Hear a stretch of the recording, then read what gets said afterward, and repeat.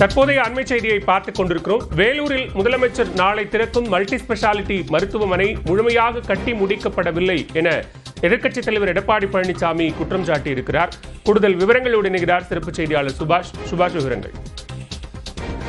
அதாவது எவ்வித அடிப்படை வசதியும் இல்லாமல் வேலூரில் முதலமைச்சர் ஸ்டாலின் நாளை திறக்க உள்ள மல்டி ஸ்பெஷாலிட்டி மருத்துவமனையா அல்லது மல்டி ஸ்பெஷாலிட்டி விளம்பர கட்டிடமா என்ற ஒரு கேள்வி எழுப்பியிருக்கிறார்.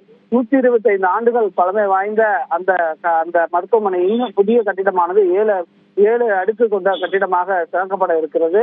ஆனால் இதுவரையிலும் அங்கே மருத்துவர்களோ ஊழியர்களோ மருத்துவ பணியாளர்களோ முறையாக நியமிக்கப்படவில்லை என்ற ஒரு குற்றச்சாட்டை சொல்லி இருக்கிறார்.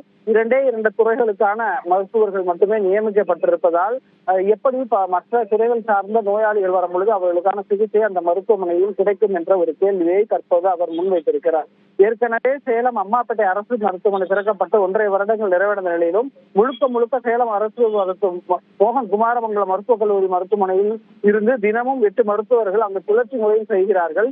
இதே போல ஒரு நிலைதான் தற்போதும் இந்த மருத்துவமனைக்கு வரப்போகிறது என்ற ஒரு குற்றச்சாட்டை வைத்திருக்கிறார். எனவே 2021 இதுவரையிலும் மருத்துவ கட்டிடங்கள் திறக்கப்படுவதை தவிர ஆனால் முறையாக மருத்துவ பணியாளர்களோ அல்லது துறை சார்ந்த உபகரணங்களோ போதுமான அளவு இல்லை என்ற ஒரு கண்டனத்தை தெரிவித்திருக்கிறார். தான் கேட்கும் கேள்விகளுக்கு மா சுப்பிரமணியன் பதில் மட்டுமே சொல்கிறார், ஆனால் செயல்பாட்டில் அது இல்லை என்ற குற்றச்சாட்டி அதிமுக பொதுச் செயலாளர் எடப்பாடி பழனிசாமி தற்போது அறிக்கையின் வாயிலாக நாளை வேலூரில் திறக்கப்பட இருக்கக்கூடிய மருத்துவமனைக்கான வசதிகள் இல்லை என்ற குற்றச்சாட்டை சுட்டிக்காட்டி அறிக்கை வெளியிட்டிருக்கிறார். விவரங்களுக்கு நன்றி சுபாஷ்.